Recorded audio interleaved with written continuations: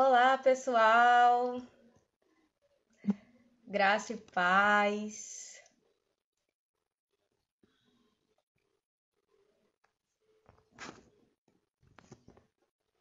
Olá, vão entrando. Vamos começar mais uma live missionária.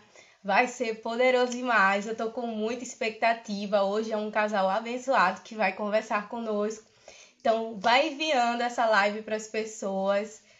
Essas pessoas que têm chamado missionário, você lembra dela, envia para ela, porque hoje vai ser especial.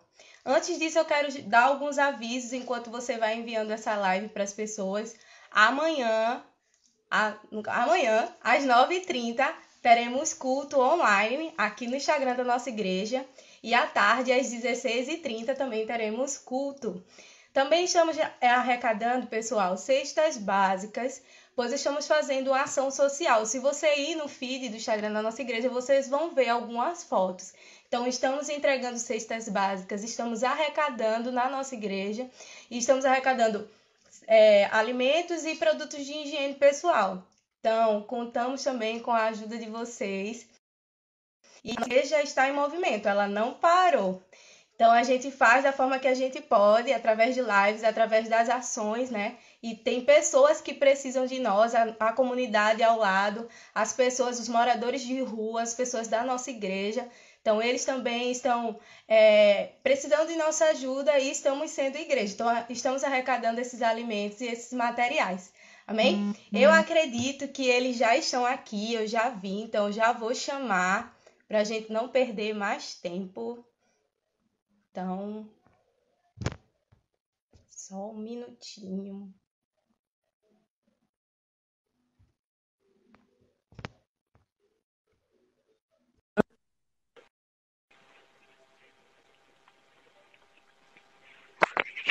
Olá! Olá, graça e paz!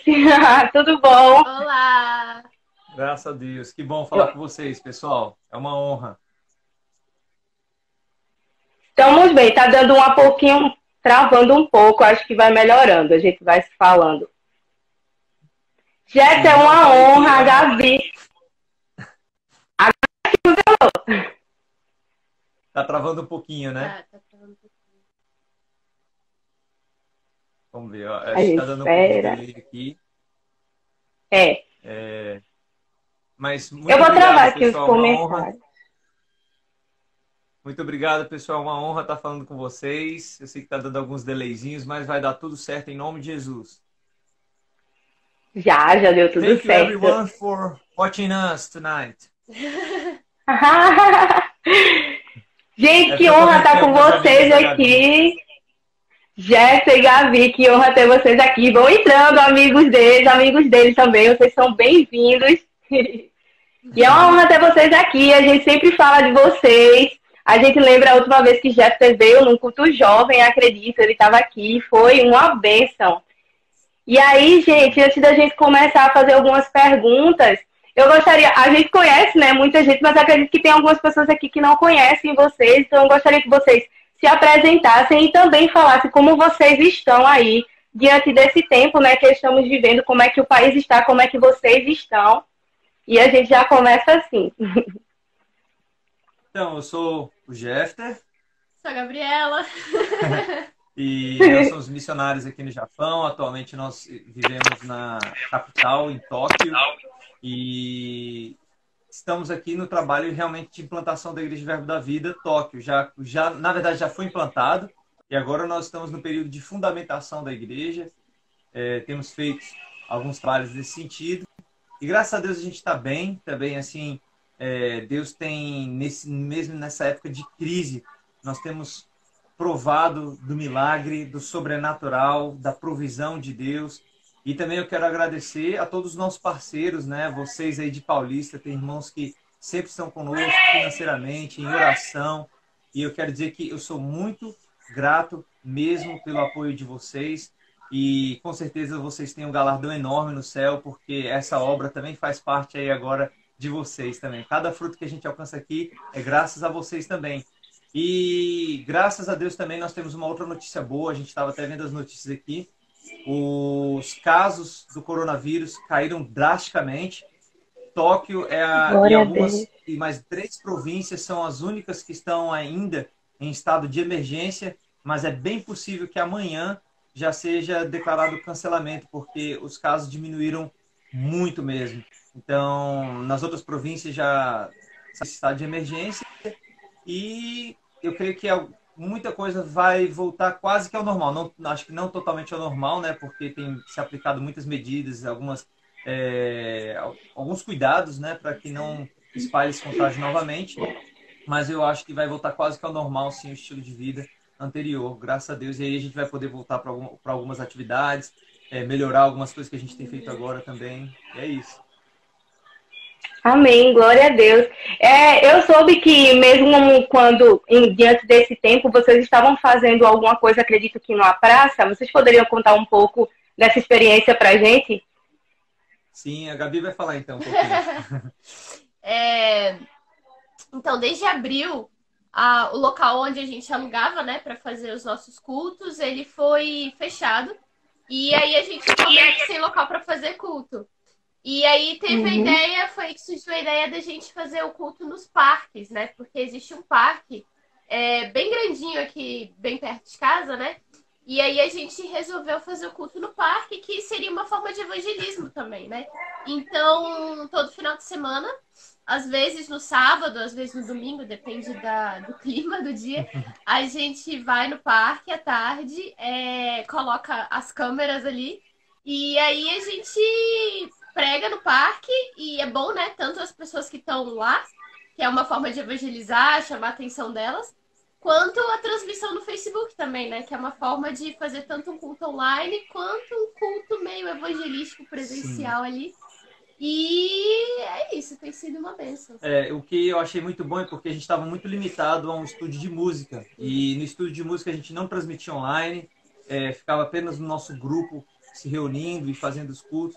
E aí, quando teve esse declaração do estado de emergência, que a gente não poderia, todos os estabelecimentos foram fechados, assim, que a gente estava alugando, tirando os restaurantes, algumas coisas assim, a gente ficou meio assim, e agora? Como é que a gente vai fazer? E aí veio esse estalo, né, de Deus, assim, essa inspiração de, não, vamos para fora, vamos para o parque. E como a Gabi falou, foi muito melhor, porque o nosso alcance, ele cresceu exponencialmente. A gente está alcançando hoje pessoas, até mesmo de outros países, não só japoneses, mas tem chineses, tem tantas pessoas que estão sendo alcançadas, indianos hoje. Assim, é maravilhoso o que Deus tem feito, né? Tudo por causa do que o diabo pareceu que estava apertando a gente, pressionando para parar, para não funcionar. Sim. Pelo contrário, melhorou ainda mais, né?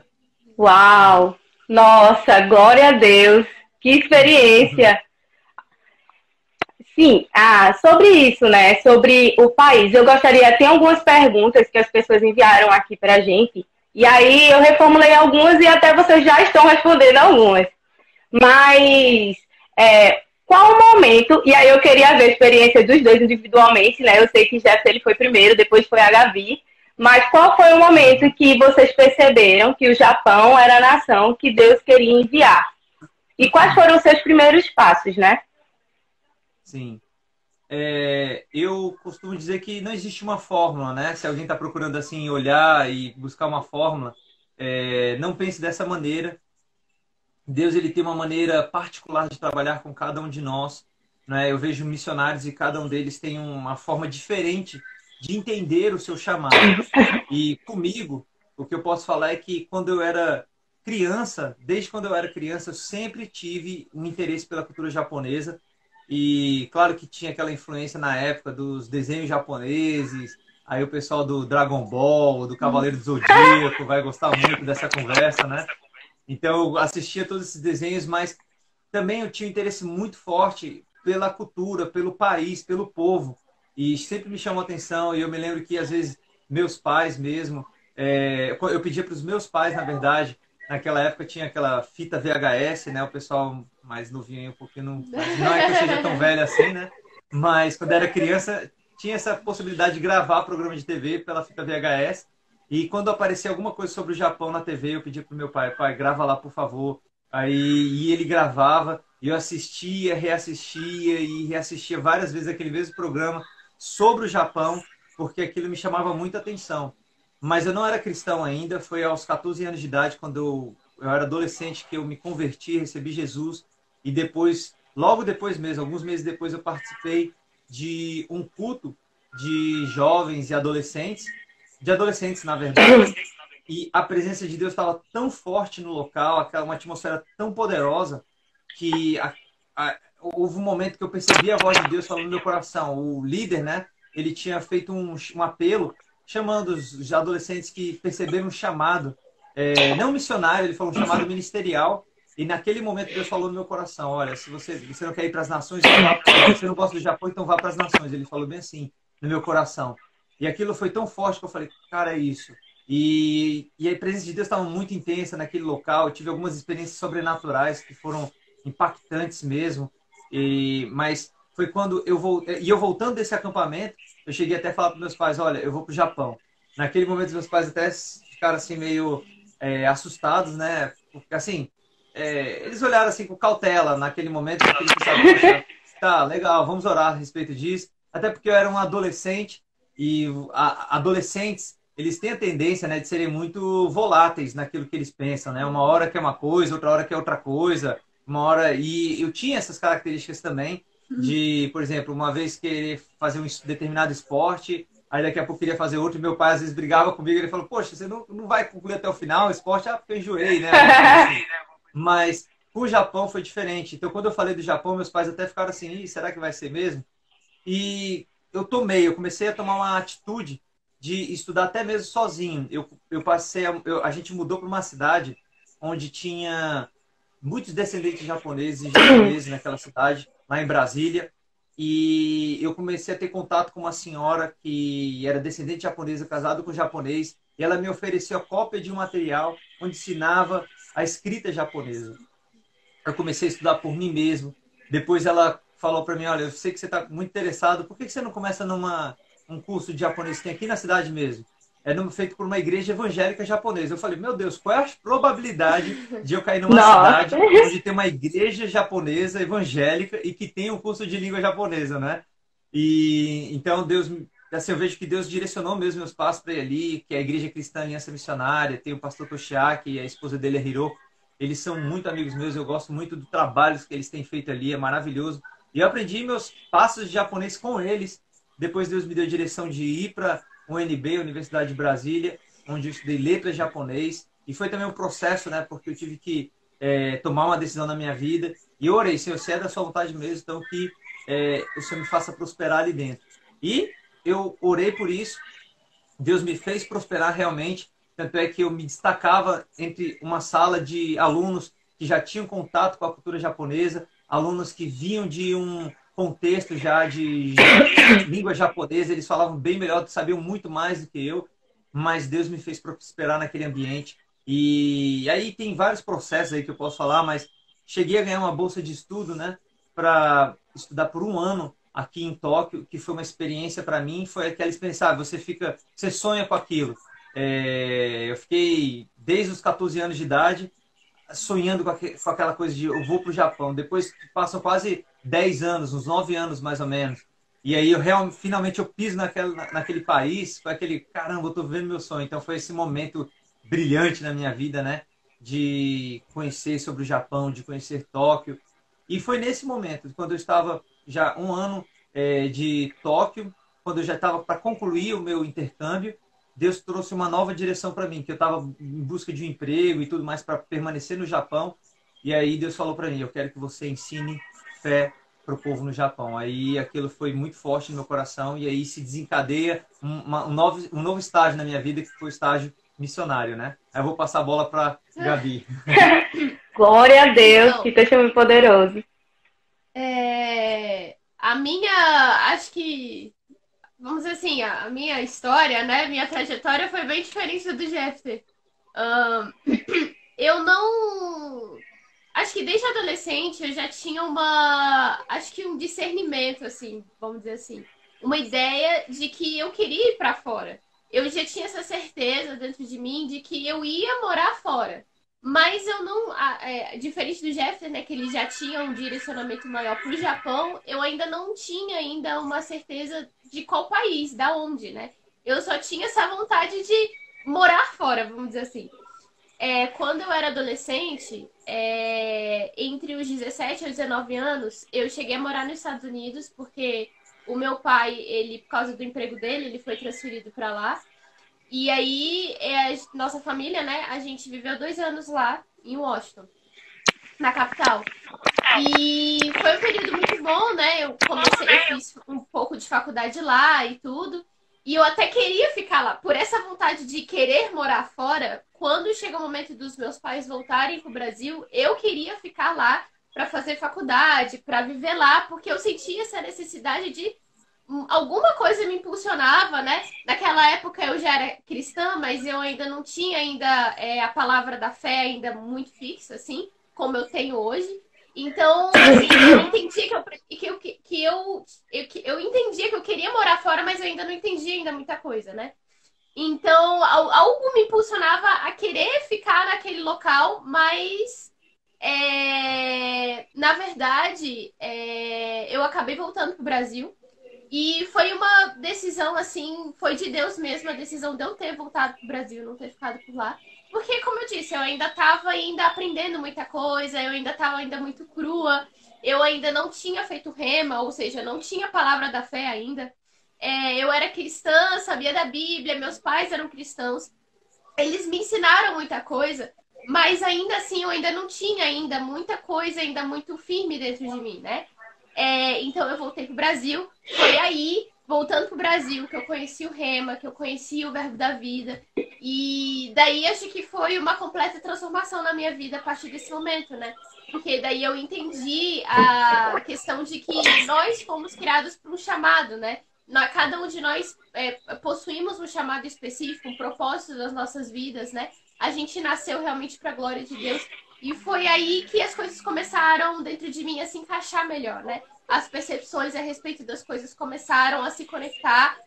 De fato, assim, eu comecei a entender mesmo que existia um propósito na minha vida. E essa vontade de ir para fora não é apenas assim, algo do meu eu mesmo. Era algo de Deus, mas eu ainda não tinha ainda certeza de qual país seria, né? Eu gostava de alguns países, achava legal alguns países, mas ainda não tinha a convicção a respeito de qual nação que eu vou morar, né? E aí eu comecei a bater em algumas portas. Eu fazia faculdade na época, né? Eu me formei em ciência política. E daí eu queria fazer o intercâmbio, ou uma oportunidade de estudo, ou fazer o mestrado lá fora. E eu comecei a bater nas portas mesmo, tentar ir para fora por estudo mesmo, né?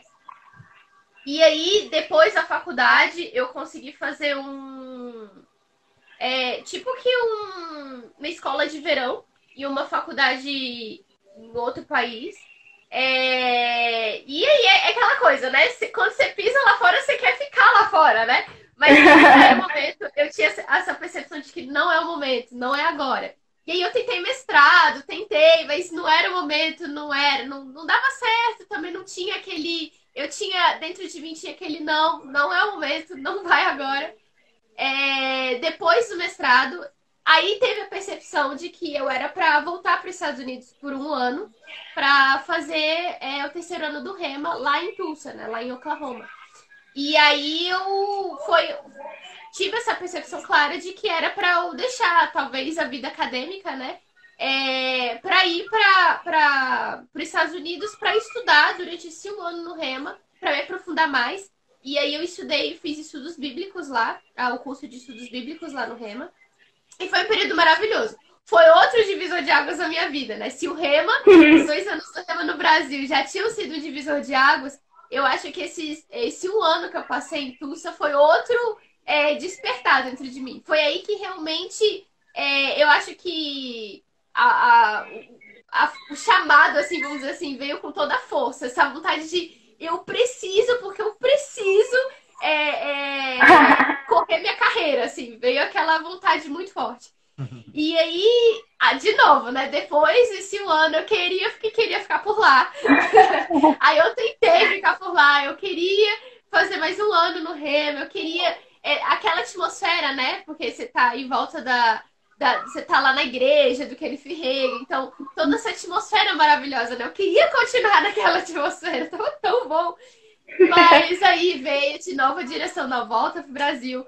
Seu período no Brasil não acabou. Eu, meu Deus, como não acabou? Eu vou e volto de novo. Eu voltei pro Brasil. E graças a Deus que eu voltei pro Brasil, né? Porque foi daí que eu já conheci o Jeffter, mas foi aí, em 2018, que a gente teve um contato. Tá? A gente já conversava antes disso, mas em 2018 foi que a gente realmente teve um contato mais próximo e daí resultou em casamento, né? Então, minha, vamos dizer assim, trajetória foi desse jeito, né? Em 2018, quando eu voltei pro Brasil, um pouco antes dele ir pro Brasil, eu já estava tendo algumas direções de que talvez assim, talvez o meu chamado fosse para Ásia, né? Na verdade, antes disso, eu já tinha algumas ideias de que talvez eu fosse parar na Ásia, né? Talvez no Japão, talvez na Coreia.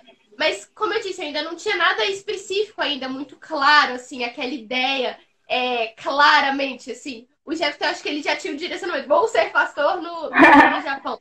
Eu ainda não tinha ainda muito essa noção clara, né? Eu sabia que eu ia morar fora, mas eu ainda gostava de algumas regiões, gostava da Europa, achava legal a Ásia, então eu ainda não tinha, assim, essa clareza, né? E aí, em 2018, na verdade, antes de eu ir pro Rema dos Estados Unidos, eu queria fazer escola de missões lá em Campina Grande, né? Então eu já estava me preparando para fazer escola de missões, e aí veio o direcionamento para ir para os Estados Unidos. Quando eu voltei para o Brasil, depois do Rema nos Estados Unidos, depois de um tempo, eu já tinha me preparado de novo para ir para Campina Grande para fazer escola de missões. E eu já estava mais certa de que eu vou parar na Ásia de alguma forma. Mas daí veio o Jeffter e acelerou.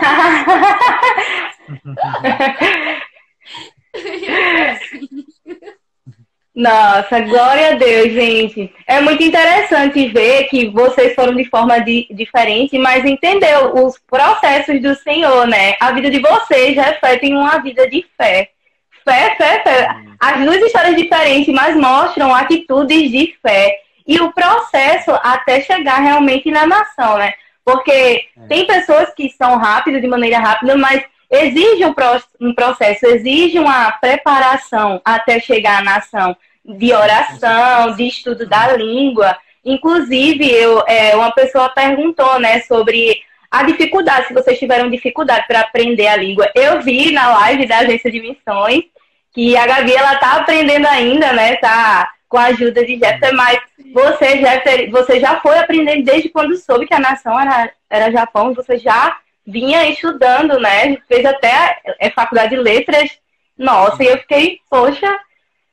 Então vocês tiveram e tem para a Gabi, vocês têm essa dificuldade de aprender a língua, como é? Então, como eu falei, né, e foi repetido aqui agora, a partir do momento que eu descobri meu chamado missionário, que eu entendi qual era o país, e isso é muito bom quando você tem uma visão clara daquilo que Deus tem para sua vida, você deve programar toda a sua vida em direção àquele destino, não é? Eu não entendo quando algumas pessoas falam que tem um chamado para determinado lugar e elas não se dedicam àquele local. Elas não estudam nada, não procuram informação sobre aquele país. Parece assim que é apenas um romance que ela cria com um país, né? Se ela realmente tem um chamado missionário, é muito raso esse nível de dedicação às vezes, porque é só falar, eu gosto, é só um interesse, é só uma simpatia por aquele país, mas não é ainda uma paixão, não é ainda também, eu vou colocar assim, uma raiva. Que raiva é essa?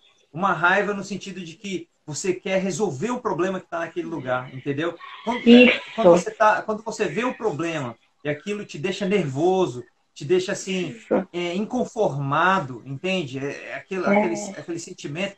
Isso pode estar muito conectado com o seu chamado. Então, o que eu vejo às vezes, falta um pouco mais de raiva nas pessoas, um pouco mais de ficar nervoso com a situação, de querer resolver aquele problema, entende? Tem algumas pessoas que falam que tem chamado, e às vezes acabam não se dedicando tanto. Eu fico assim, poxa, se você tem um chamado, você tem que ir em direção àquilo ali, não é? Aquilo que Deus falou no seu coração. Então foi isso que eu comecei a fazer, mesmo ainda sendo adolescente, com pouca informação, muito imaturo, dando meus primeiros passos de fé. Eu entendi, não, eu vou começar a estudar sobre esse país, eu vou começar a estudar sobre essa língua aqui. E eu realmente caí mesmo nos livros, estudava, fui fazer cursos, o que tinha à minha disposição, eu corria atrás, né? Comecei estudando sozinho, com um materialzinho que a senhora me deu, pegava uns mangazinhos lá, comprava dela, que eram uns mangás vindo do Japão, tentava ler, né? Não entendia nada, mas era fazer alguma coisa, entendeu? Deus, ele espera isso de nós. O que a gente pode fazer com aquilo que a gente tem nas nossas mãos, não é? Muitas pessoas, elas ficam numa zona de conforto, elas tomam uma atitude passiva, porque elas têm um entendimento muito errado do que é fé, muito errado. Elas acham que ter fé é ficar ali de forma passiva e Deus vai fazer tudo por ela, entende? Eu não preciso fazer nada. Não, pelo contrário, ter fé é se você entende o chamado de Deus, agora você começa a andar sobre as águas, você anda sobre aquele mar, ele vai se abrir, entendeu? Você dá um passo inicial, a iniciativa ali, você começa a fazer alguma coisa com o que você tem nas suas mãos. E então eu percebo isso. Eu comecei estudando japonês dessa maneira. Fiz o curso, depois fiz letras na universidade. E até hoje eu continuo estudando. A Gabi veio aqui, eu continuo lendo a Bíblia hoje em japonês, eu leio livros em japonês, eu acesso aulas no YouTube em japonês para o meu nível, eu fico vendo alguma coisa, eu fico ouvindo notícias em japonês, entende? Lendo alguma coisa, porque eu sempre estou estudando, não para de estudar. Nunca vou parar, eu acho. Acho que enquanto que eu vou viver aqui, eu vou ter que sempre estudar para estar aperfeiçoando, melhorando. Entendeu? Isso não só no japonês, na Bíblia, na palavra, em todas as outras coisas que estão ligadas ao chamado que Deus tem para minha vida. Quanto à dificuldade, aí é outro ponto, né? Toda língua, ela vai ter seus desafios. Mas essa mentalidade de ser difícil, ela pode bloquear muita coisa. Então, eu acho que o que determina assim, a facilidade que você vai ter ou não com o processo é a paixão que você tem por aquilo. Se aquilo é prazeroso, se aquilo é gostoso, se você se envolve com aquilo. Quando você tem uma visão de que aquilo é sofrido, você vai mais pesado, você vai gastar muito mais tempo, vai demorar muito mais para chegar até lá, porque você faz como um sacrifício. Quando você encontra um prazer e uma diversão naquilo que você está fazendo, é bem diferente. Então, eu creio que se Deus coloca esse chamado dentro do seu coração, um país, uma nação, aquilo se torna divertido para você. Aquilo se torna algo, cara, gostoso. Você vai descobrindo sobre aquilo e você fala, uau, é cada vez mais legal. Tem suas dificuldades? Tem seus desafios? Tem. A escrita japonesa, por exemplo, a gente brinca aqui, mas a gente só tem um alfabeto. Aqui eles têm 4 alfabetos, sendo que 2 são aí, tem que decorar umas 55 escritas mais ou menos, e tem um outro que é maravilhoso, que é o que veio da China, legal. O mais legal de todos, que é o kanji, que as pessoas gostam muito, né, que são os ideogramas. Aquele ali você precisa saber, pelo menos para ser considerado alfabetizado, 2.000. 2.000 dele, entendeu? Então, meu Deus! Imagina, decorar 2.000 ideogramas. Entende? É um processo que eu falo, você tem que estar sempre estudando, sempre lendo, sempre se dedicando. Isso é o nível de ensino médio, 2.000. Um cara que é de faculdade, já de ensino superior, uns 4, 6 mil, entendeu? Então, assim, é uma dedicação diária.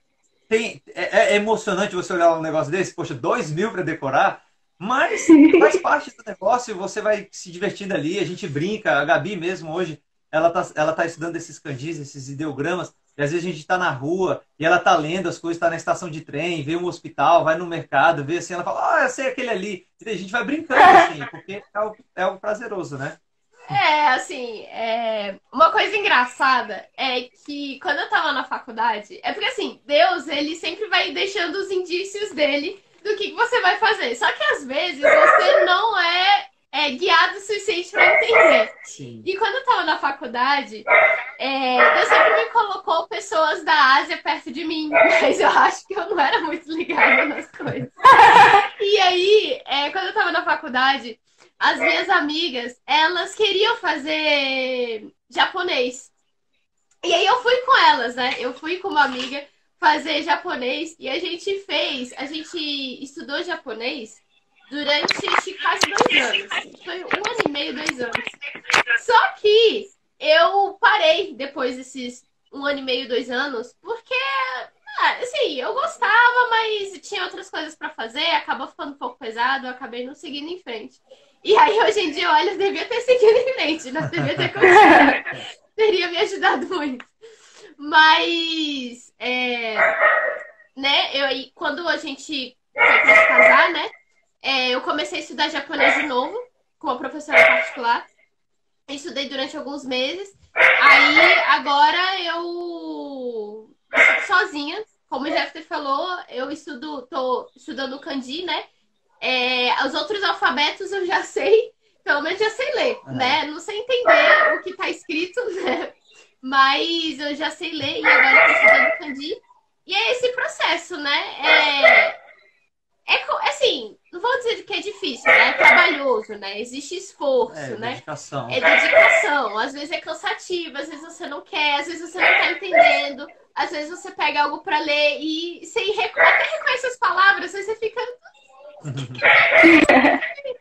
E aí, às vezes, dá aquele desânimo, né? Você vê as pessoas falando, conversando perto de você, você fica desanimado, meu Deus, quando que eu vou chegar nesse nível? Só Jesus. Mas assim, você tem que encontrar motivação, né? Você tem que encontrar motivação realmente em Deus. E nos pequenos começos, eu acho, nos pequenos processos, né? Como o Jeffter falou, quando a gente sai na rua, né, e eu vejo uma placa, eu consigo ler o kanji, eu consigo entender, ou alguém tá falando perto de mim, e eu já consigo captar as palavras que ela tá falando, consigo, assim, mais ou menos entender o contexto do que ela tá falando. Isso me dá uma alegria, né? Talvez um certo ânimo para eu conseguir continuar seguindo em frente, né? É uma língua completamente diferente do português, né? É uma língua que os alfabetos são diferentes, a forma de pronunciar, a forma como eles entendem, talvez, a pronúncia, é completamente diferente do português, né? A gente é muito C com A, K. Aqueles, não, eles já são K, Ko, Ku, né? Eles já são por sílabas, por fonemas, né? Sim. É uma língua muito de fonema. Talvez no Brasil, no português, a gente não está muito acostumado com isso. Mas, apesar dessas completas diferenças entre o português e o japonês, como o Jeffter falou, a gente tem que encontrar motivação, né? A gente tem que encontrar prazer nisso. E quando eu vou estudando e quando eu vou, vamos supor, ver a televisão, apesar de eu não entender o que está acontecendo ali, quando eu olho a legenda e vejo os kanjis e consigo entender, consigo começar a captar o contexto, eu tô no nosso próprio culto, né? A Yuki, né, que é outra menina que tá com a gente, junto com o Rick, o marido dela, e o Jeffter, quando eles começam a falar em japonês, e eu só ouvindo, mas eu consigo mais ou menos entender o contexto, já consigo entender algumas frases, isso já me dá uma alegria, são as vitórias, né? São as vitórias, né? Apesar de eu não conseguir ter uma conversa, né, completa com alguém em japonês ainda, esse negócio de entender algumas coisas, já captar, conseguir traduzir algumas coisas, isso já são algumas vitórias, né? E é isso que vai funcionando. E tem uma coisa que eu acho legal, assim, nosso desejo mesmo, meu desejo era muito que a Gabi pudesse chegar no Japão e fazer um curso de japonês. Eu ainda desejo isso, né? Se houver uma oportunidade, é porque atualmente, financeiramente até falando, não dá, né? Os cursos aqui têm um custo. Mas às vezes, o que eu vejo assim, as pessoas elas se limitam, porque elas colocam na cabeça, se eu não tiver esse curso, eu não posso dar a língua, né? Hoje você tem tantos meios também que você pode contornar essa situação com a facilidade da internet, do YouTube. Tem tantos meios de você aprender. Porque eu mesmo, teve um tempo que eu queria muito aperfeiçoar meu japonês, quando eu não estava ainda em Tóquio, na outra província, em Yamanashi, que eu morava. A propósito, tem a Bia aí. Oi, Bia! Você acordou cedo, hein, Bia? Tô brincando, ela sempre acordou cedo. Mas lá em Yamanashi, teve um momento que eu queria muito aprender japonês e falar, Deus, eu quero participar de um curso aí de japonês e é muito caro, eu não consigo. Até que Deus falou, cara, por que você não estuda você mesmo? Por que você não começa a dar seus passos? Eu já sabia, já tinha estudado tudo, já tinha feito faculdade, né? E o Espírito Santo começou a ministrar comigo. Vai, faz com você, faz com o que você tem, faz com o que você tem. Aquilo ficou tão forte dentro de mim que eu falei, tem que fazer o que eu tenho. Aí eu encontrei pregações em japonês, eu comprei uma Bíblia em japonês e eu comecei a estudar diariamente, né? E aquilo deu uma subida no meu japonês muito grande quando eu comecei a fazer aquilo, né? Então você vê que existe uma graça também. Eu creio, se Deus disponibilizar meios, outros também para fazer um curso, maravilhoso, glória a Deus, isso é muito bom. Eu recomendo também porque ajuda, facilita o processo também. É isso. Uau, amém. Nossa, muita coisa boa. Gente, uma pergunta. Qual a religião predominante aí no Japão? E se vocês têm a liberdade de falar sobre Jesus? A religião predominante aqui são duas, eu vou dizer. Uma é o Shintoísmo. O Shintoísmo é a religião primitiva do Japão. É a que está com eles aqui há milênios, que são um conjunto de crenças, vamos dizer assim.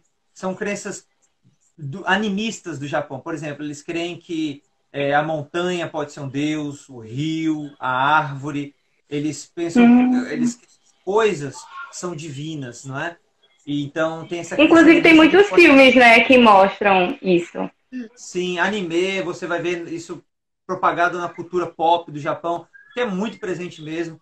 E isso influenciou muito eles também no dia a dia, porque eles têm uma questão de respeito com as coisas, com a natureza, que vem muito, na verdade, eu acho, por causa dessa crença deles animistas. O que não é totalmente ruim, eu vou falar, não estou falando que quando se idolatra isso, mas você vê o respeito que eles têm pelas coisas, eles acabam preservando tudo isso, né? Eles têm, assim, uma atitude de honra. Isso é muito interessante, né? Nesse sentido. Então, essa é uma crença, shintoísmo é uma crença muito forte, você vê muitos templos shintoístas aqui no Japão, e outra religião é o budismo, que não é originariamente japonês, mas hoje ele tem características, tem o budismo japonês, né? Que tem uma feição bem japonesa. Então, ele segue essas duas religiões. O japonês, ele não é muito diferente do Ocidente. Ele não é como nós, como a gente pensa assim, qual é a sua religião? Sou cristão. Então, aquela coisa fixada assim, você é crente, então, tá, você é espírita, você não sei, né? Qualquer outra coisa, judeu. Aqui, não. Eles têm uma capacidade de um sincretismo religioso. Ele tem uma facilidade para esse sincretismo religioso. O que é isso? Eles adaptam, se adaptam ou adaptam elementos de outras religiões para a cultura deles, entendeu? Porque como eles têm mais de milhares de deuses, né, milhões de deuses aqui, então se vem mais um deus que não vem aqui interferir na cultura, que chega junto e está tranquilo e se adapta ao Japão, tudo bem, eles vão aceitar, entendeu? Então, eles não têm esse problema assim. Então, tanto é que uma pessoa pode ser tanto shintoísta quanto budismo ao mesmo tempo, simultaneamente, né? Isso não é um problema. E eles têm muitos elementos de religiões do confucionismo também nas práticas diárias. Qual é a religião predominante? Eles vão, se você perguntar para o japonês, ele vai falar assim, eu sou budista. Muitos hoje, na verdade, eles nem seguem as práticas budistas. Tem muitos hoje ateus aqui no país, na verdade. E a religião, seguir a religião é diferente um pouco do Brasil também, que a gente é mais devotada, aquela coisa assim. Eles seguem num jeito assim, que é mais um cumprimento, cumprir uma cultura, um programa cultural deles. Eles vão para o templo no final do ano, no início do ano, vão fazer algumas preces. O filho nasceu, vão consagrar lá no templo, mas não é que eles vão ter um sermão quando eles vão lá no templo, vão dedicar horas de oração em casa, estudar um livro sagrado. Não tem nada disso. É só cumprimentos da cultura no dia a dia. Entendi. É isso, basicamente. Sim. E sobre o cristianismo, quais são os seus maiores desafios e quais estratégias vocês usam? Bom, você quer falar de algumas estratégias? Fala de algumas estratégias nossas na igreja. Estratégias. Eu vou falar então primeiro do cristianismo, né? Fala aí. Assim, no Japão hoje nós temos menos de 1% de cristãos. São aí por volta de 58%. Eu creio que essa realidade está mudando, em nome de Jesus, e nós estamos aqui para mudar isso também. Né? Isso. Ao contrário do Brasil, que você sai na cidade, você vai encontrar dezenas de igrejas, quase que uma batendo na outra, não é? Aqui no Japão é raro você encontrar uma igreja. Quando a gente encontra uma igreja, a gente fala, uma igreja! Porque realmente não é fácil. Você vai encontrar muitos... Fora que a igreja às vezes é camuflada, né? Fora que a igreja às vezes é camuflada, tem isso, né? Não dá pra perceber que é uma igreja, assim, olhando. Você só consegue perceber se chegar perto. Até porque às vezes a igreja tem uma cruz, mas é uma cruz muito disfarçada. Às vezes parece forte. Tem uma igreja que é assim, aqui perto de casa. E tem muitas igrejas que são bem mais conservadoras também. Então, o cristianismo, ele é meio raro você encontrar pessoas cristãs. Quanto mais no interior, mais ainda. Aqui em Tóquio, você ainda vê um movimento maior, eu acho, de cristãos. E que eu estava falando que tem muitos templos budistas, né? Você vai encontrar muito templo mesmo. Aqui perto de casa tem um templo aqui do lado já, porque templo tem tudo que é lugar quase. Mas igrejas é bem difícil de você encontrar. Eu estou vendo hoje já um movimento diferente no Japão. Eu percebo já um avivamento mesmo de uma conversão de pessoas grande nesses dias. Eu estava até conversando veio um amigo meu japonês antes de ontem, sexta-feira em casa, e ele foi convertido na nova era aqui do Japão. Ele era astrólogo, vidente, fazia essas coisas assim. Ele se converteu e ele era um líder desse grupo de astrologia, de evidência. Então ele era como um grande cara reconhecido no que ele fazia. Quando ele se converteu, ele carregou uma galera junto com ele, um pessoal muito grande do pessoal da nova era foi junto com ele. Ele se converteu de coração mesmo. E até nesse mesmo dia tive a oportunidade de conversar com uma irmã que ele faz uma espécie de coaching com ela, e ela também era do grupo dele, que ele ensinou astrologia para ela. Mas quando ela viu que ele se converteu, ela falou: que isso, eu vou seguir ele, entendeu? E ela se converteu também, recebeu Jesus em dezembro do ano passado. Eu fiquei aqui em casa pregando por 2 horas para ela quase, ensinando algumas coisas da Bíblia aqui, foi bem legal, foi online, né?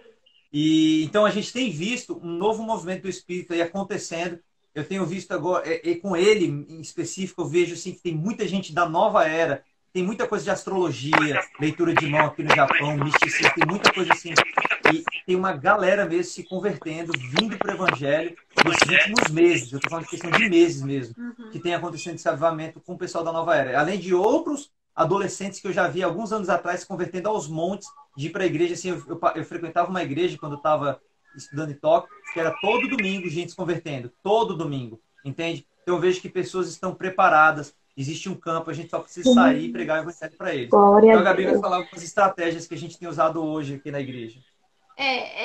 Essa questão, até o Jeff tinha falado, né, que existe talvez essa facilidade do japonês de fazer um sincronismo, né? Então, assim, se você apresentar um novo Deus para ele e isso não bater de frente com nada que ele acredita, ele vai aceitar esse Deus, né?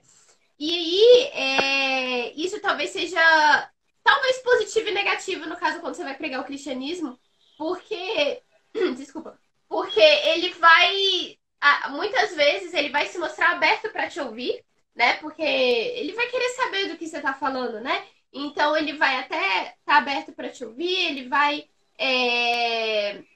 querer saber o que você tá falando, mas no momento que você talvez expõe, né, que só existe só um Deus e aqueles outros deuses são todos mentira, aí talvez seja um ponto negativo, assim, né? Uma barreira que você encontre com o japonês, porque aí você vai estar contradizendo o que ele acredita, né? Ele vai aceitar seu Deus até ali. Depois, quando você fala assim, esse é o único Deus, você precisa aceitar ele. Ele é o criador do céu e da terra, e montanha, mar, tudo isso não são deuses. Aí talvez ele, né, isso choca, né? Choca com o que ele acredita, né? E aí consiste na barreira, né? Numa barreira aí que você tem que quebrar com essa pessoa, né? E acho que como estratégias do cristianismo, para pregar o cristianismo aqui, uma estratégia que a gente tem visto que tem funcionado é a questão do japonês, você tem que fazer ele se sentir recebido dentro do grupo, né? Ele tem que se sentir aceito dentro do grupo. Acho que é a questão do pertencimento a um grupo, né? Uhum. Então, você cria uma amizade com ele, você começa a cultivar amizade, você vai falando do cristianismo aos poucos, mas sem ser agressivo, né? Aos poucos, é um tratamento que você faz com a pessoa, né? E você vai recebendo, vai juntando ela no grupo, começa a ter esse senso de família, de amizade, de pertencimento a um grupo. E aí, aos poucos, ele vai se sentindo mais aberto, ele vai se sentindo mais aberto para expor os sentimentos dele, até mais aberto para ouvir, de fato, receber aquilo que você está falando, até que ele aceita Cristo, né? Isso aconteceu com um japonês, né? Ele foi... Porque assim, a gente faz no evangelismo aqui, são cursos de inglês. Na verdade, não são cursos de inglês, são conversações em inglês. Depois dos cultos, 2 vezes por mês, a gente abre, né, o nosso espaço para fazer conversação de inglês. Né? Por quê? Porque o inglês tem sido uma outra estratégia de evangelismo aqui, né? O japonês, ele se interessa pela língua inglesa, ele gosta de ouvir inglês, de aprender inglês, e principalmente quando é gratuito, né? Então, quando é gratuito, é um atrativo, acho que, para todo mundo. Então, a gente criou essa estratégia, né? Tanto é que os nossos cultos são inglês e japonês, justamente para uma forma também de atrair as pessoas, né? É uma forma dela se conectar com a língua inglesa, né? E conseguir aprender o inglês ouvindo os nossos cultos também. Então, 2 vezes por mês a gente faz a conversação. E esse japonês começou a participar, né? A interagir com a gente por causa dessas conversações de inglês, né? E aí ele começou a vir em todas as conversações, ele muito interessado, né? Ele começou a participar com a gente e ele começou a se sentir parte do grupo, né? Ele começou a se sentir bem com a gente, se sentir amigo nosso, bem recebido e tudo mais. E teve um dia que a gente convidou ele para um culto de Natal. A gente ia fazer um culto especial de Natal e a gente convidou ele, vem pro nosso culto e tudo mais, vai ter bolo, né? Vai ter bolo. E aí ele veio e aceitou Jesus. Né? Por quê? Porque ele se sentia bem com a gente, ele se sentiu aberto, ele se sentiu pertencente ao grupo, e isso abriu as portas do coração dele para entender sobre Jesus, né? Para receber Jesus. Ele ainda não frequenta todos os nossos cultos, né? De forma assídua, né? Regular, porque o emprego dele é no domingo, né? Ele também trabalha no domingo e às vezes ele não consegue vir. Mas ele mantém contato com a gente, conversa, manda mensagem pro Jeffter. Então, é desse jeito, né? Criar pontes, relacionamentos, né? Talvez seja a melhor estratégia de evangelismo. E usar o inglês também como uma poderosa arma, né? Uma poderosa aliada nossa aqui. E aí a gente tem também os nossos panfletos, a gente faz panfletagem nas casas. Como a gente falou, a gente toca músicas nos parques, né? Agora o nosso culto mesmo tem sido nos parques. E isso tem sido uma estratégia maravilhosa de evangelismo, que as pessoas às vezes param para assistir o nosso culto. Tem ali famílias, a gente tem panfletos preparados, a gente tem mangá em japonês sobre a história de Jesus, né, que a gente distribui para as pessoas, para quem está interessado. A gente tem algumas revistinhas, livros, bíblias em japonês também. Inglês, japonês, que a gente ganhou até desse irmão mesmo que se converteu, né, da nova era. Temos várias estratégias. A gente entende assim, que a gente tem que ter várias frentes e a gente tem que ser muito criativo na abordagem com eles. Porque se você chega simplesmente assim e fala, já ouviu sobre Jesus? Você crê em Jesus? Talvez ele vai ser resistente, ele não vai querer ouvir, porque ele vai pensar, vou falar de religião comigo, então eu não quero ouvir. Então, essa pode ser que ele feche o coração dele nesse momento.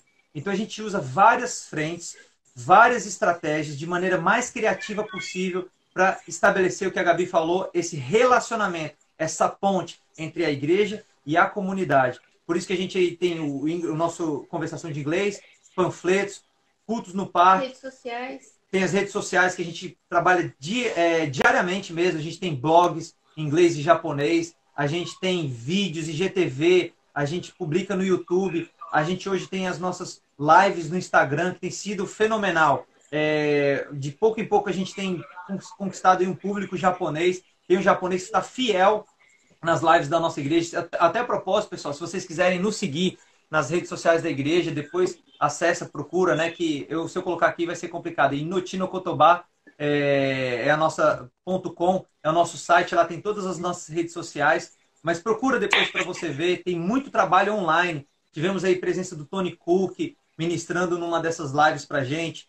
Desculpa. Tivemos presença de outras pessoas, vamos ter presença aí de alguns ministros nesses próximos meses também. E tem sido muito bom, porque japoneses têm ouvido e recebido, e eles falam, não, estou gostando muito. Esse japonês mesmo especial que tem frequentado as nossas lives, são membros online que a gente tem, né? Já. Ele frequenta, ele fala assim, não, eu recebi demais hoje. E esse cara, eu vou contar rapidamente uma coisa dele. Eu conversei com ele, eu conheci anos atrás dele. E esse japonês, ele falava assim, eu não tenho muito amigo, ele parecia bem depressivo, e ele e ele para dormir, ele bebia álcool, saquê, né, e cachaça, até dormir, até cair no sono, porque ele era assim todos os dias quase com ele. Ele bebia bastante todos os dias, era a única coisa que ele fazia. Não, ele é magrinho, magrinho.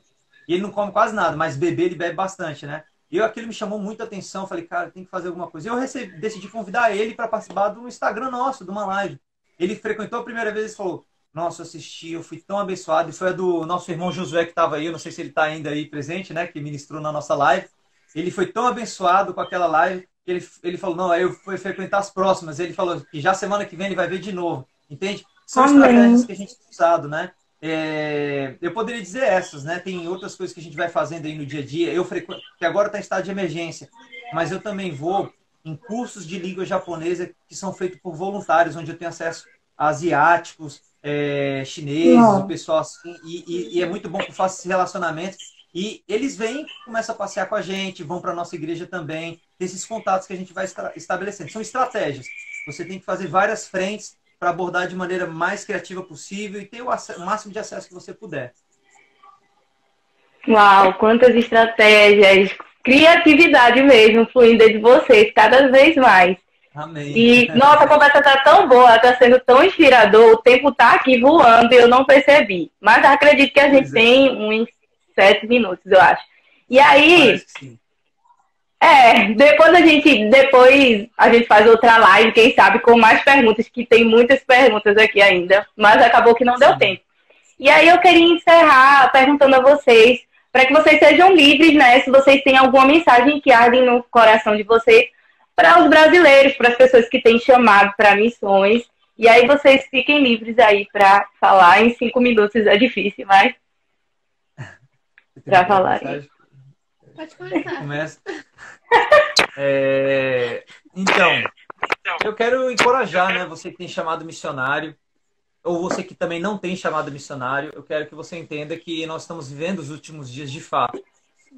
Vendo essa conversão de pessoas, vendo esse pessoal da nova era se convertendo aqui no Japão, essa abertura que tem acontecido. No Twitter é um grande meio que eu tenho divulgado a palavra também. E eu tenho visto a sede do povo pela palavra, a necessidade, e eu vou falar especialmente da Ásia, que é um continente que está no nosso coração. Eu não estou desmerecendo nenhum dos outros continentes, não é isso, não entenda isso, mas a Ásia é um continente que tem uma grande, enorme necessidade do evangelho. Eu estive no Camboja também, estive na Coreia do Sul, estive nesse país, e aqui no Japão, vendo aqui tantas pessoas que não conhecem sobre Jesus. Tem pessoas que nunca ouviram falar sobre Jesus, não tem nem ideia do que é Jesus. Comparando todos os outros continentes, a Ásia está no estado mais crítico.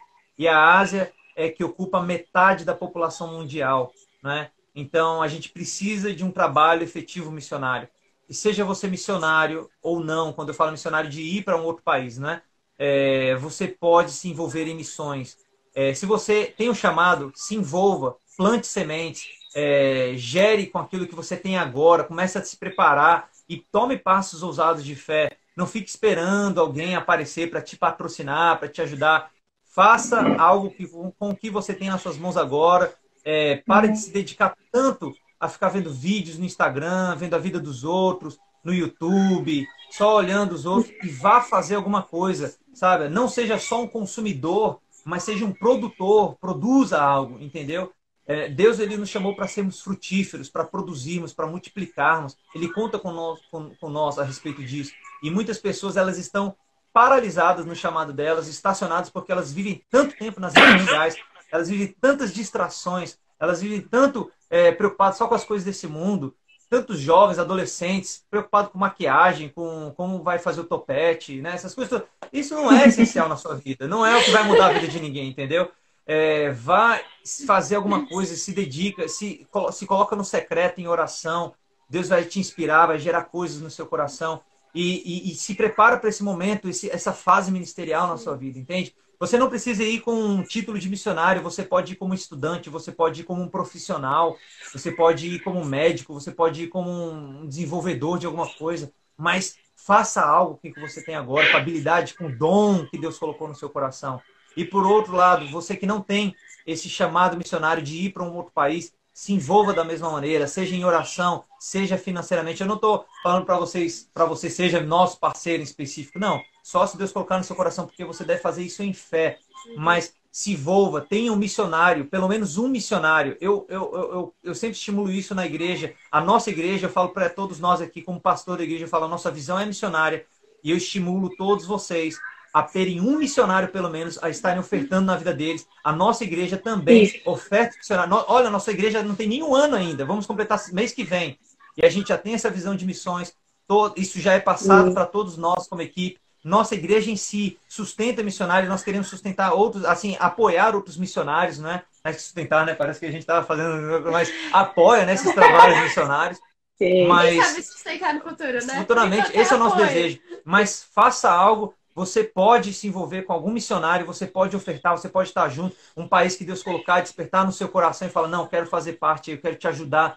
Sabe? E eu estou falando de dinheiro mesmo, de oração, de você estar sabendo o que você está fazendo ali, acompanhar. Graças a Deus, o que a gente está fazendo aqui, tem muitos parceiros, tem alguns parceiros que pegam junto com a gente mesmo. E eu falo, meu Deus, eu sou muito grato. Tem gente que está comigo desde o início, que eu não tinha nada para oferecer, assim, eu não tinha nada mostrando assim, uau, eu estava um jovem, sei lá, mas eles acreditaram em mim e eles nunca deixaram nem um mês sequer de ofertar, de ajudar. Eu falo, cara, eles sempre pagaram o aluguel da nossa casa, em outras palavras. Com o dinheiro que eles ofertaram, às vezes foram o aluguel do nosso apartamento, muitas vezes. Então, isso é muito bom, gente. Se envolva. Se a gente, como igreja, se envolver, todos nós, cada um fazendo a sua parte, nós vamos expandir muito mais. Temos missionários aqui, ó, que estão fazendo parte. Aí está o Augusto, eu acho, ou ele estava até agora, está na Escócia. Tem a Jussara no Camboja, que está precisando de ajuda também nesse momento onde o coronavírus aí veio, o dólar está muito alto, né? E missionários precisam dessa ajuda. Então você se envolva de alguma maneira e vamos alcançar as nações. E eu chamo a atenção mais uma vez para a Ásia, porque é o continente que está no nosso coração e precisamos muito. Nosso desejo é alcançar esse povo. Nós estamos com um projeto agora, como igreja nós vamos entrar para ensinar a palavra de Deus, a palavra da fé, para cambojanos. Se Deus quiser vai dar certo a partir de junho, online. Então, a gente está avançando o que a gente pode aqui para alcançar esse povo. Amém. Eu queria falar, né, com as pessoas que têm um chamado. Na verdade, todos nós temos um chamado. Né? Gabi, licença, rapidinho. Eu acredito que a gente vai ter 2 minutos. Eu posso encerrar e voltar a live? E aí você tem um tempo para falar, para não cortar na metade. Então tá, vou encerrar aqui e vou voltar, tá? Então volta todo mundo também, gente. Olá, vamos continuar. Para finalizar aqui, uma mensagem da Gabi. Então vão entrando aí, gente. Vão enviando as pessoas que estavam assistindo. Está sendo poderoso. Deixa eu ver aqui.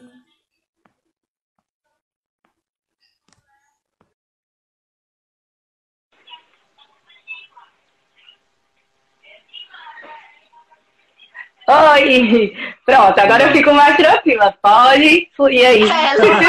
Não vai parar no meio do caminho. Obrigada, mãe. Minha mãe lembrou de eu beber água. Podem falar. Importante.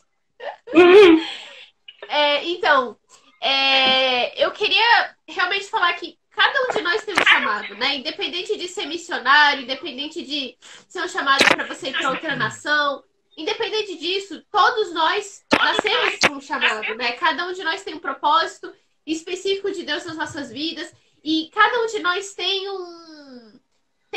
dons específicos dentro de nós, habilidades, capacidades que Deus colocou nas nossas vidas para a gente conseguir cumprir aquilo que Ele quer que nós cumpramos, né? Então, o Jefter falou, né, a questão de ser passivo, né? É justamente isso. Muita gente muita gente até sabe que tem um chamado, né? Até sabe para que nasceu, né? Mas não fica passivo, né? Fica esperando quando Deus der um empurrão, ou quando Deus abrir as portas, ou quando as condições forem agradáveis e favoráveis. Mas eu acho que o que falta em muitas pessoas é essa vontade, né? Talvez, vamos dizer assim, a palavra que o Jeff usou, essa raiva, né? Saber que eu tenho um chamado, eu preciso cumprir alguma coisa. Se eu não cumprir aquilo, a minha vida não tem sentido, né? É ter essa percepção de que se eu não cumprir, a minha vida não tem sentido. Não vale a pena eu viver nessa terra sem cumprir aquilo que Deus me chama para fazer. Essa percepção ficou muito, muito clara em mim, muito latente, assim, muito forte. Depois que eu voltei do Rema lá dos Estados Unidos, né? É justamente isso. Essa vontade, essa paixão, essa ânsia que você tem dentro de você, né? Meu Deus, eu preciso fazer alguma coisa, Pai. Me ajuda, me inspira, me abre as portas, me guia, me mostra o caminho, mas eu preciso fazer alguma coisa. E a partir do momento que esse fogo, né? Esse fogo vem dentro de você, essa vontade, essa ânsia de, meu Deus, eu preciso, porque eu preciso. Deus, com certeza, ele te ouve, né? Porque Deus é seu pai. E quem é o mais interessado em você cumprir seu chamado que Deus? Ele te criou para isso, né? Então, se ele te criou para isso, se ele é seu pai, se ele tem esse interesse de fazer você cumprir um chamado, com certeza. No momento que você clama a ele, no momento que você mostra seu coração para ele e fala, pai, eu realmente preciso fazer aquilo, eu realmente preciso fazer isso que o Senhor me fez para ser, com certeza ele vai abrir as portas para você, com certeza ele vai te guiar, com certeza ele vai colocar a criatividade dentro de você, ele vai te mostrar os caminhos, com certeza, porque ele é o seu ajudador, né? Deus é o nosso ajudador, Deus é o nosso guia. Ele enviou o Espírito Santo dentro de nós para nos auxiliar, nos capacitar, nos ajudar contra o medo. Então, com certeza, ele quer te ajudar. Ele quer te mostrar os caminhos. Mas, às vezes, a gente está tão passivo, né? A gente está esperando ele fazer enquanto ele está lá. Ele está pronto para fazer, ele está pronto para te mostrar, ele está pronto para te impulsionar. Mas você está lá, mas quando vai ser? Isso aqui você não percebeu que ele já tá lá, entendeu? Ele já tá lá pra te impulsionar. Só que você tá preso na sua passividade, na sua, vou esperar quando o tempo for bom, quando as coisas forem agradáveis, quando o sol nascer em tal lugar, quando a lua te ver. Você vai esperar a vida toda. Nunca vai ter esse momento. Porque, pra te falar a verdade mesmo, sempre vai ter, se você for decidir, eu escolhi esperar quando Deus quiser me mostrar um sinal dele, sempre vai ter alguma adversidade. Sempre vai ter alguma coisa que talvez não esteja 100% ainda. Sempre vai ter talvez um obstáculo, uma barreira. Sempre vai ter alguma coisa. Por quê? Porque a gente vive nesse mundo. A gente tá em uma comunidade, a gente vive em sociedade, a gente interage com outras pessoas. Então, as trajetórias de pessoas se cruzam com você. Ou seja, tudo isso para te falar que sempre vai ter alguma coisa, talvez alguma barreira, alguma situação negativa, algum evento inesperado, alguma circunstância diversa. Sempre vai ter alguma coisa assim. Nunca vai estar 100% perfeito. A água nunca vai estar 100% parada para você começar a nadar. Isso nunca vai acontecer, até porque se a água estiver 100% parada, alguma coisa está errada. Então, você sempre vai ter que sair da sua zona de conforto. Na verdade, Deus não vai te colocar numa zona de conforto para você crescer. É justamente o contrário. Deus vai te tirar da zona de conforto para você conseguir crescer. Então, Então é isso, nunca vai ter aquela zona de conforto 100% agradável, maravilhosa, aquele vento soprando, aquela brisa suave. Nunca vai ser assim. Sempre vai ser uma situação que realmente você vai precisar colocar a sua fé, depositar a sua fé, depositar realmente a sua força em Deus. E realmente você vai ter que quebrar barreiras. É assim que é a vida. Então, todos nós nascemos por chamado. E principalmente se você já sabe o seu chamado, se você sabe que o seu destino é a Ásia, se você sabe que o seu destino é fazer alguma outra coisa, se você tem a direção do seu destino já, entra realmente no seu quarto de oração, fala com Deus, expõe seu coração, entendeu? Deus gosta quando você expõe o seu coração pra Ele. Expõe, chora na frente dele e fala, Deus, eu preciso disso. Por favor, me mostra o caminho. Com certeza Deus vai te mostrar. Com certeza Ele vai te guiar, com certeza Ele vai te dar as ideias criativas, Ele vai te dar os sonhos dele e você vai ser impulsionado para fazer isso. mas com certeza ele quer que você fale com ele. Ele quer que você exponha seu coração para ele. E no momento que você expõe, que você tem esse ânimo, né? Esse fogo ardendo dentro de você de que eu preciso, eu não vou sair daqui. Deus, eu não vou morrer até fazer aquilo que o Senhor tem para minha vida. Eu não aceito morrer até o Senhor realmente fazer aquilo que eu preciso fazer na minha vida. Eu não vou desistir da minha vida até eu completar a minha carreira. No momento que você falar isso para Deus, com certeza Ele vai te dar as estratégias que você precisa para sua vida. Eita glória! A irmã quer pregar. Meu Deus! Vou correr pela minha casa! Até me pegou aqui! Gente! Mas ela vai pregar hoje. Dá pra ver, muito amor. Uau, gente. Tá se preparando. Meu Deus, gente. Hoje, de madrugada, hein, pessoal? Vai sair online lá pra vocês de madrugada. 3 da manhã vai ser o nosso culto aqui de Tóquio. Vai ter transmissão online lá no Facebook. Olha aí. Qual é nesse mesmo nome que você falou, como é o nome lá, o Facebook? É o seu? É o Jefter ou da igreja? Não, é o da igreja. Mas se for no do Jefter, na descrição do perfil dele, na descrição do perfil dele tem lá o perfil da igreja, Inotino Cotobá. Aí se você for no do Jefter, você vai encontrar lá a hashtag, o arrobazinho da igreja. Se você procurar Jefter Maffer também, de alguma maneira vai estar linkado também com a nossa igreja, com alguma das nossas redes sociais da igreja. Então pode me procurar, Jefter Maffer, pode procurar a Gabi. Você vai procurando, vai fuçando um pouquinho lá, você vai achar a gente, né? No Facebook, se encontrar o link da igreja no Instagram, no perfil da igreja do Instagram, lá tem todos os links das nossas redes sociais da igreja, todos. Tem aquele Linktree, uma coisa assim, e lá tem do Facebook, tem todo mundo. Aí se você acessar o do Facebook da nossa igreja, você pode assistir hoje por volta das 3h15, mais ou menos, da madrugada aí no Brasil, pelo menos horário de Brasília. Dá para assistir o nosso culto aqui, que vai ser mais ou menos nesse horário que a gente vai começar aqui, tá? Transmissão pelo Facebook.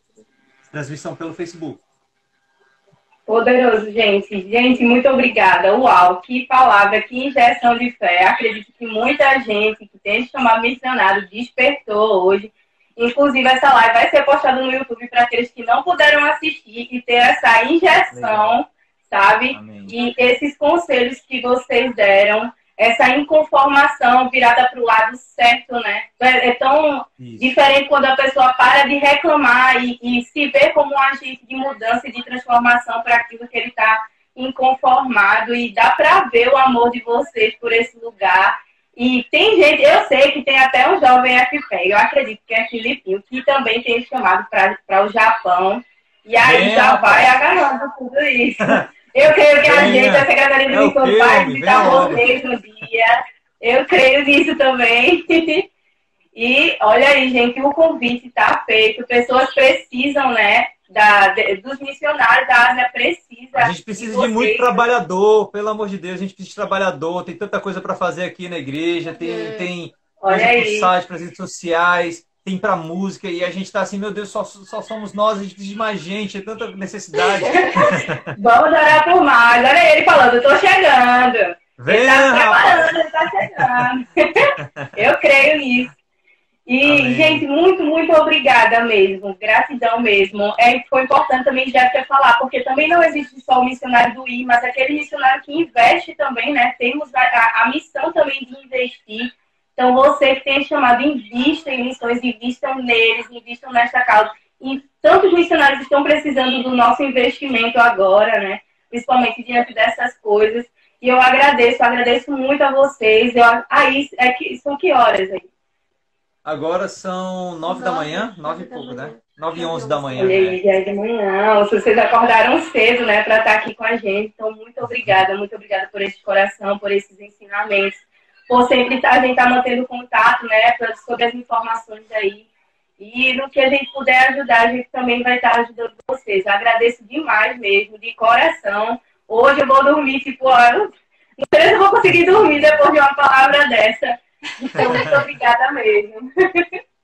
Eu quero também agradecer muito vocês do Verbo da Vida Paulista. Vocês são um grande parceiro nosso mesmo nessa missão. Desde 2018 foi que eu passei aí.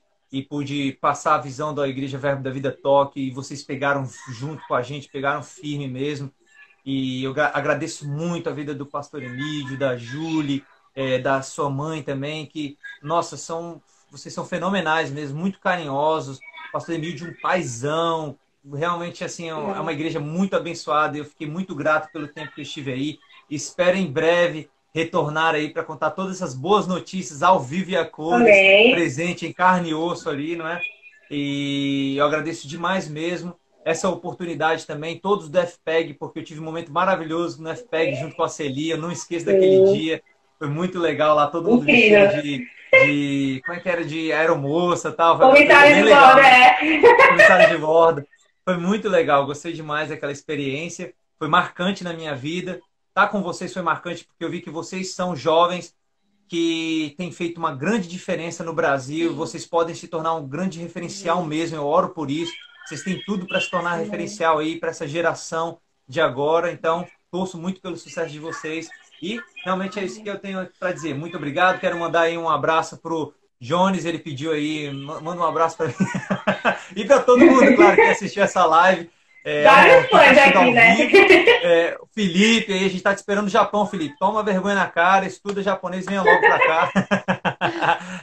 Mas todo mundo que está assistindo a gente, os nossos amigos aqui do Japão, do mundo, e também quem vai assistir aí pelo YouTube, muito obrigado. É uma honra para nós saber que você tirou seu tempo para ver essa live aí, acompanha o nosso ministério. Muito obrigado de coração. Deus abençoe muito mais vocês. Muito obrigada, gente. Até a próxima, vamos ter sim outra live lá pra frente, eu creio nisso. E a gente vai estar acompanhando vocês, acompanhem o trabalho deles nas redes sociais, no Instagram. A gente vai até colocar na descrição, que vai também pro GTV, a gente coloca todas as informações. Mas gratidão, obrigada a todos que assistiram. E tchau. Como é que diz tchau em japonês? Sayonara. Sayonara! Sayonara! Tchau!